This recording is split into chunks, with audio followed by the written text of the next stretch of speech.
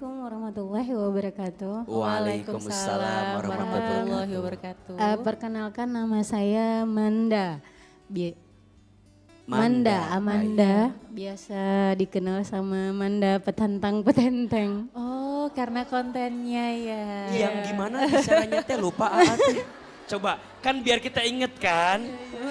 Yang gimana, yang gimana? So petantang petenteng, giliran ditantang kayak ayam sayur.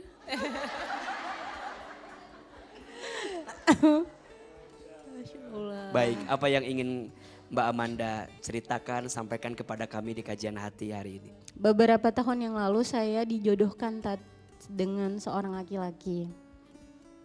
Sebenarnya dia itu bukan kriteria saya, tapi saya mencoba untuk menerima. Akhirnya saya melihat laki-laki ini agamanya sangat minim, sangat lemah. Akhirnya saya minta dia untuk ikut kajian. Akhirnya dia menerima. Dia juga menerima tawaran saya untuk langsung melamar saya karena saya tidak ingin untuk berpacaran. Setelah 3 bulan kemudian saya bertaaruf dengan dia. Ternyata dia mulai berubah, dia mulai berubah, saya tidak bisa memegang handphonenya selalu dikunci. Terus ada berita dari teman saya kalau dia ini sering jalan dengan wanita lain. Saya nggak percaya karena 2 minggu lagi saya mau menikah dengan dia. It's okay lah gitu, nggak apa-apa gitu Pak, paling teman gitu. Nah setelah itu saya suatu hari saya melihat Facebook. Pas saya melihat Facebook, saya melihat laki-laki itu melamar dia dan diupload di Facebook.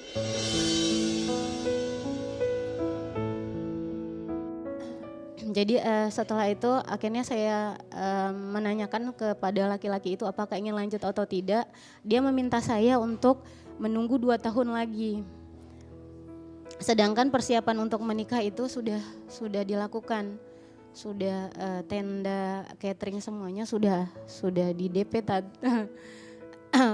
Setelah itu akhirnya karena laki-laki ini tidak ada keputusan, akhirnya saya memutuskan dan saya bilang oke, selesai, saya mau ta'aruf dengan yang lain. Tapi itu hanya ucapan saya aja ke laki-laki itu, tapi sebenarnya mulai saat itu saya trauma. Jadi pertanyaan saya, hukum dalam Islam itu gimana Tat untuk orang yang udah bertaaruf tapi dia tetap menjalin hubungan dengan wanita lain?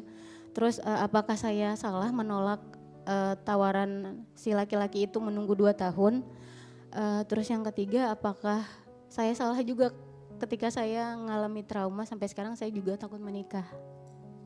Oke, jadi lihat laki-laki gimana biasanya? Kalau ngelihat laki-laki saya normal sih Tat, suka. Karena ada rasa trauma ketika diajak serius gitu, saya trauma gitu karena takut mengulang kembali. Buat laki-laki itu sok petantang petenteng, kirain mah berani nikahin, ternyata enggak, please deh. Bunda, hati-hati menaruh hati kepada orang yang belum tentu kita miliki. Betul? Kenapa khawatirnya ada harapan yang tak kunjung jadi kenyataan? Aku anggap dia jadi rumah, ternyata hanya singgah. Aku anggap dia akan jadi takdir, ternyata hanya hadir. Aku anggap dia teman hidup, ternyata numpang hidup. Aku anggap dia akan jadi obat, ternyata jadi luka yang paling berat. Dalam Islam ada istilahnya ta'aruf. Apa namanya? Ta'aruf itu saling mengenal. Betul? Jadi yang namanya ta'aruf itu saling mengenal. Kalau saling mengenal berarti yang kenalan salah satunya atau dua-duanya. Dua-duanya. Kalau hanya satu namanya arofa. Kalau dua-duanya namanya ta'arofa, ta'aruf, saling mengenal. Maka harus dalam Islam kita mengenal orang yang akan menjadi pasangan kita. Jangan membeli kucing dalam. Kenapa harus karung sih? Kan ada tempat yang lain. Istilahnya begitu, jangan sampai kita menjalani perasaan dengan orang yang tidak kita kenal, betul? Maka ada istilahnya ta'aruf, bagus, baik. Dan ta'aruf itu ada 3 syaratnya. 1, jelas tujuannya. Jadi waktu kita ta'aruf itu jelas. Ini mau dibawa kemana? Tantang petenteng.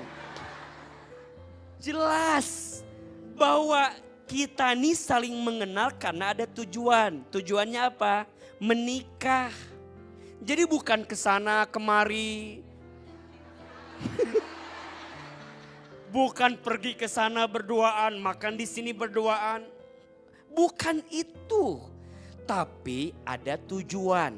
Tujuannya apa? Menikah. Betul? Yang kedua, harus ada perantara. Jangan berduaan. Yang ketiganya apa? Kenapa harus setan sih? Kan ada security barangkali. Kan ada tetangga yang lain. Yang ketiganya khawatirnya godaan. Betul nggak? Maka jangan berduaan, harus ada wasilahnya, perantaranya. Mbak Amanda kalau mau kenal sama orang harus ada perantaranya. Kenapa? Biar ada yang memfasilitasi saling mengenal itu. Betul? Dan yang ketiga ada targetnya. Ta'aruf 5 tahun. Nyicil motor etama. Betul tidak? Bahkan mohon maaf, tadi Mbak Amanda cerita, padahal dia sudah ta'aruf sama saya. Tapi kemudian mohon maaf, dia malah pergi dengan perempuan yang lain. Apa tadi?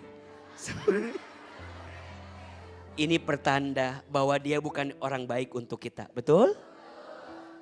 Harus kenal dengan orang tua, betul nggak? Kenal dengan keluarga. Kita itu menikah bukan hanya menyatukan 2 hati yang saling mencintai. Tapi menikah itu menyatukan 2 keluarga yang saling mengisi. Betul? Maka ke depan Mbak Amanda memang sakit pasti. Tapi gak apa-apa. Allah hibur Mbak Amanda dengan semua kebaikan hari ini kan. Viral kan. Mungkin kalau bukan karena laki-laki itu gak akan keluar kalimat petantang petenteng. Karena itu keluar karena sakit hati yang dirasakan. Betul? Selalu ada pelangi setelah badai. Selalu ada senyuman setelah tangisan. Betul? Selalu ada rasa manis setelah rasa pahit yang kita rasakan. Bicara ta'aruf, A juga dengar dulu Teh Ica juga waktu ketemu dengan Mas Dude juga katanya ta'aruf. Boleh gak cerita sama kita biar jadi inspirasi? Iya kan? Iya. Bedanya kalau Mbak Amanda ta'aruf yang gagal. Kalau ini ta'aruf yang insya Allah sukses. Iya. Boleh nggak Teh Ica, gimana dulu ceritanya tuh? Boleh Ustadz. Jadi sebenarnya kami sudah saling kenal itu dari tahun 2003-2004. Itu pertama kali kami syuting bareng gitu. Nah memang selama ini nganggapnya cuma kakak adik Ustadz. Iya karena kita berapa kali syuting bareng itu perannya walaupun sebagai pasangan tapi di lokasi di dunia nyata itu memang kalau ke lokasi itu kan Ica masih pakai baju sekolah ya Ustadz ya waktu itu masih SMP. Jadi Kak Rude itu cuma nanya kayak hari ini lagi kerjain PR apa gitu. Jadi nggak ada itu pikiran bahwa suatu hari akan menikah dengan sosok yang menanyakan PR tersebut gitu. Sampai akhirnya kita ngobrol bareng saat lagi syuting itu lebih dekat dan memang kalimat pertama yang keluar dari mulut Kak Rude itu adalah Ca, kakak nggak mau pacaran, kakak mau langsung serius gitu. Ya serius itu dalam arti memang tujuannya adalah untuk menikah. Nah boleh nggak ketemu sama orang tua Ica gitu. Walaupun memang sudah kenal Ustadz sebenarnya karena di lokasi Kak Dude tuh lebih banyak ngobrol sama Mama Ica sebenarnya daripada sama Ica gitu. Nah sampai akhirnya karena waktu itu usia Ica kan masih 21 Ustadz pas ditanya gitu. Jadi pas ditanya sama Kak Dude langsung berpikir sebentar ya Kak ya kasih Ica waktu dulu gitu. Ica mau berpikir. Jadi nah selama waktu itu memang banyak istikharah, banyak berdoa, terus minta tolong sama Allah apakah ini memang jodoh yang digariskan untuk saya gitu, apakah memang ini orang yang tepat atau bukan gitu, tolong semuanya dipermudah gitu. Jadi memang persiapan dari saat kita iya itu sampai pernikahan semuanya hanya 6 bulan Ustadz gitu. Bunda, ada 3 kata kunci yang AA bisa pahami dari proses ta'aruf ini. 1, sebelum deketin orang yang kita cintai, deketinlah siapa? Orang tua. Dapetin hati orang tuanya, betul? Karena orang tua yang nanti ngasih ridho dan restunya. Yang kedua, libatkan Allah. Karena mohon maaf, jodoh itu ketentuan siapa? Allah. Ada enggak orang yang deketnya lama tapi enggak jodoh? Ada. Ada enggak orang yang deketnya bentar tapi jodoh? Ada. Ada enggak orang yang udah ta'aruf tapi enggak jadi?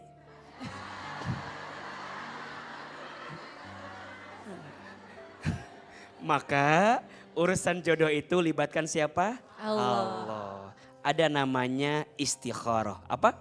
Istikharah. Nah yang ketiga harus jelas waktunya. Jangan dibiarkan begitu saja. Karena makin tahu dan jelas target waktunya, makin jelas proses yang kita jalaninya. Maka izin buat adik-adik saya yang sedang hari ini punya rasa, belajar menyerahkan rasa itu sama Allah. Karena yang punya hati seseorang siapa? Allah. Insya Allah. Masya Allah, tabarakallah.